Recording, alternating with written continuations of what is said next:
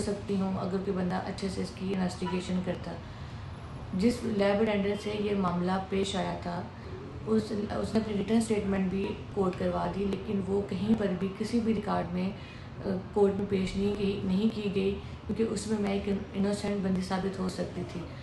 لیکن مجھے انہوں نے مینٹلی, فزیکلی, ہر طریقے سے فزیکلی ابیوز کرنا اور مینٹلی ڈیمیج کرنا, فائنینشلی جتنا مجھ سے وہ مجھے استعمال کر سکتے تھے انہوں نے کیا.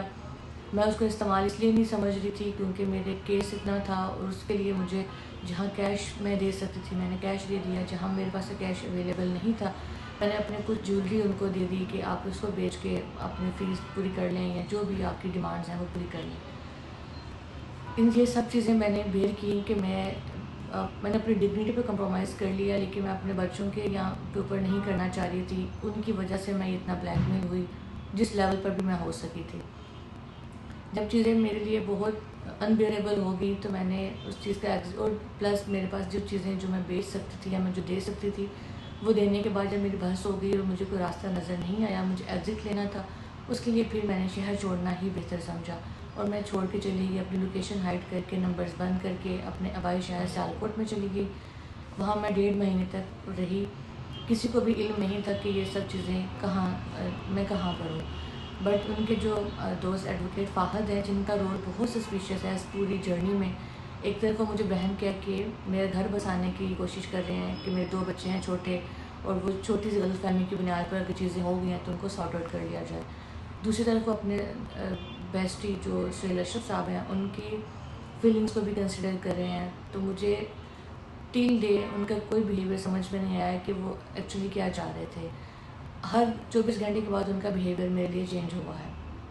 اس کے بعد میں جب واپس آئی سیالکوٹ, میں سیالکوٹ میں تھی اور سہیل اشرف صاحب کا مجھے میسیج آتا ہے کہ اگر آپ واپس نہیں آتی ہیں تو میں وہاں آؤں گا اور میں آپ کے فادر کو بتاؤں گا, باتیں کروں گا, چیزیں بہت ورس ہو جائیں گی. میں نے کہا ادروائز ایک چیٹ میں چیز ہے جس میں میں نے کویسچن مارک کیا ہوا ہے کہ اگر ایسا نہیں کرتی تو انہوں نے کہا کہ ہو سکتا ہے پھر آپ اپنی شادی کھو دیں. یعنی اس طرح کی دھمکیوں کی وجہ سے میں پھر واپس آئی. 2 دن کے اندر اسلام آباد واپس آئی, اور کچھ دنوں تک جو ہمارے درمیان کلامی ہوئی وہ سب چیزیں CCTV ویڈیوز, آپ کے پاس وائس نوٹس, کال ریکارڈنگز, پہلے دن سے لے کے آخری دن تک کی چیٹ ہارڈ کاپی میں, سافٹ کاپی میں, ہر طریقے سے میں نے ریکارڈ میں بھیجی ہیں IG آفس میں جہاں جہاں ریکوائرمنٹ تھی ان کی.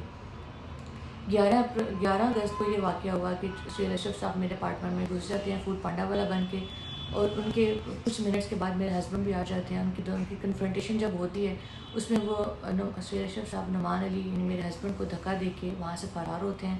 وہ CCTV ویڈیو بھی موجود ہے, ریکارڈ میں دی گئی ہے. اس دن کے بعد سے ان دونوں وکیل صاحب کا بھی اور SHO صاحب کا بھی بیہیویئر بہت چینج تھا. میرے ساتھ محنت سماجت والا سلسلہ شروع ہو گیا کہ آپ ہمیں پروٹیکٹ کر سکتی ہیں, چیزیں ایونچولی آپ کے اینڈ پہ کلوز ہونی ہیں. پھر بھی میرے اندر ایک سافٹ کارنر تھا. میں نے ان سے کہا ٹھیک ہے میں کلوز کر دوں گی, لیکن میری کچھ کمٹمنٹس ہیں کہ میں ان جگہوں پر آپ کو سپورٹ کروں گی, اور جہاں میں نہیں کروں گی وہ بھی.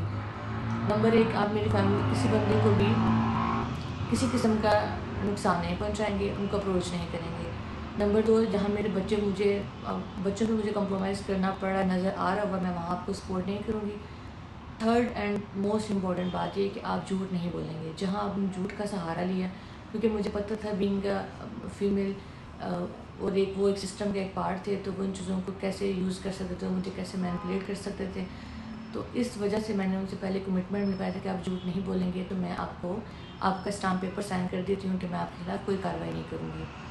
ڈیسائیڈ یہ ہوا کہ میں ان کے کسی بتائے ہوئے اسٹامپ فروش کے پاس جاؤں گی, اسٹامپ لکھواؤں گی, اور جو انہوں نے ابھی تک مجھے کیش میں جو بھی اماؤنٹ لیا اس کا کچھ پارٹ, کیونکہ وہ اتنی اماؤنٹ ہے کہ وہ ایک 1 گو میں وہ مجھے نہیں دے سکتے تھے, میں نے بھی پارٹیشن میں ہی دی تھی ان کو.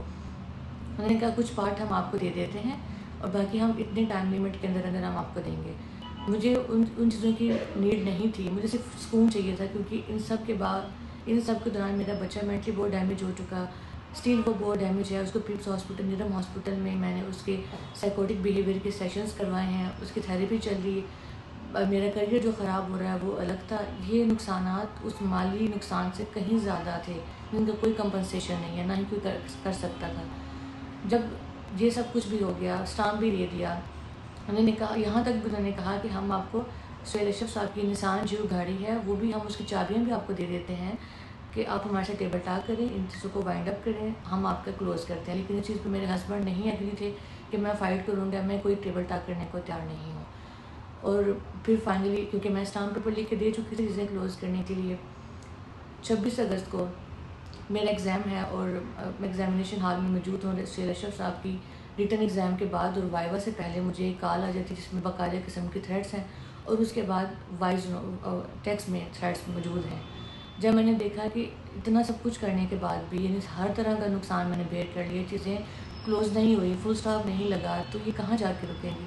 اور سیم ڈے انہوں نے میرے فادر ان لا کو، میرے بردر ان لا، میرے فادر کو، ہر بندے کو مجھے نہیں پتہ سی ڈی آر نکال کے جس طریقے سے انہوں نے کانٹیکٹ کیا اور ہر بندے کی مجھے کالز آ رہی ہیں کہ ہمیں یہ سننے کو ملا ہے اور یہ انہوں نے کال ریکارڈنگز ہے بھیجی ہیں. تو یہ چیزیں پھر میرے لیے بیئر کرنا آسان نہیں تھا. الٹیمیٹلی میں نے اپلیکیشن دائر کر دی 21 اگست کو آئی جی آفس میں. اس کے بعد اس کی انکوائری سٹارٹ ہوئی آئی بی آفس میں. 1 سپتمبر کو پہلی بار ان دونوں بندوں کے ساتھ وکیل صاحب اور ایس ایچ او صاحب کے ساتھ میرا آمنا سامنا ہوا. انہوں نے اگین وہاں جا کے جھوٹ بولا اور وہاں پر میں نے ان سے یہ کہا کہ جتنی میں اس چیز کو ہائڈ رکھنے کے لیے سائلنٹ تھی اتنی ہی پیشنیٹ میں اس چیز کو اب ہائی لائٹ کرنے کے لیے ہوں، کیونکہ میں نے آپ سے کہا تھا آپ اپنی لمٹ کراس نہیں کریں گے تو میں آپ کو سپورٹ کروں گی. صرف آپ کو ہی نہیں کر رہی تھی، الٹیمیٹلی ایک فیمیل کو بھی میں کر رہی تھی، خود کو بھی پروٹیکٹ کر رہی تھی. لیکن وہ پروٹیکشن جو تھی وہ میرے مزید گزرتے دن کے ساتھ ورسی ہوتی جا رہی تھی. پھر میں نے اے آئی جی عنایت علی شاہ صاحب نے مجھے سنا، انہوں نے بندے کو گلٹی قرار دے دیا. ایس پی تھانہ کرال خرم صاحب نے سنا، انہوں نے بندے کو گلٹی قرار دیا. میرے سامنے انہوں نے بندے کو گلٹی قرار ہی دیا لیکن اسٹل کوئی ڈیسیجن نہیں آیا تھا. پھر میں کھلی کچہری میں آئی جی آفس میں چلی گئی، ان کو میں نے اپنا معاملہ بتایا. انہوں نے کہا ڈی آئی جی صاحب سنیں گے. ڈی آئی جی صاحب کو پاس چلی گئی. ڈی آئی جی صاحب نے کہا انکوائری ڈی نوو انکوائری کے لیے گئی ہے، وہ واپس آئے گی تو ہم دیکھیں گے. اس کا کوئی ڈیسیجن نہیں آیا. پھر ایس ایس پی آپریشنز نے مجھے سنا، پتہ نہیں اس کا ڈیسیجن کیا ہے. بٹ میں اعلیٰ افسران سے اور حکمران سے یہ ریکویسٹ کروں گی کہ آپ ہم جیسے لوگوں کے لیے جنہوں نے اپنی پوری سابقہ زندگی میں بھی ایک اچھے کریئر کی خواہش کی اور محنت کی یہاں تک پہنچنے کے لیے، عزت بنانے کے لیے، اور وہ کچھ لمحوں میں ایک ایسے افسران جو کہ مجھے نہیں پتا آپ ان کو آن میرٹ ہائر کرتے ہیں یا کس طرح، لیکن ان کی وجہ سے ہم جیسے لوگوں کے گھر بھی، ہماری نسلیں بھی ڈیمیج ہو رہی ہیں. جیسے میرا بیٹا ابھی اتنا ڈیمیج ہے کہ پولیس کی گاڑی ٹوائز میں بھی دیکھ کے اسے ڈرتا ہے اور ہر صبح اٹھ کے وہ مجھ سے یہ سوال کرتا ہے کہ آپ کو پولیس انکل نے مارا تھا، کیونکہ وہ اس چیز کا وٹنس ہے. تو میں افسران سے یہ ریکویسٹ کروں گی کہ حضرت عمر فاروق رضی اللہ عنہ کا قول ہے کہ اگر دریا کے کنارے کتا بھی مر گیا پیاسا تو اس کا جواب دہ ہم ہیں. تو اعلیٰ افسران اور حکمران صاحب، میرے ساتھ جو کچھ بھی ہوا اس کا کمپنسیشن تو کوئی بھی نہیں کر سکتا، انفیکٹ میں خود نہیں کر سکتی. بٹ آپ ہم جیسے لوگوں کی ریکویسٹ پہ ہمیں انصاف اتنا تو ضرور دیں کہ باقی لوگوں کے لیے یہ ایک عبرت بن سکے. شکریہ.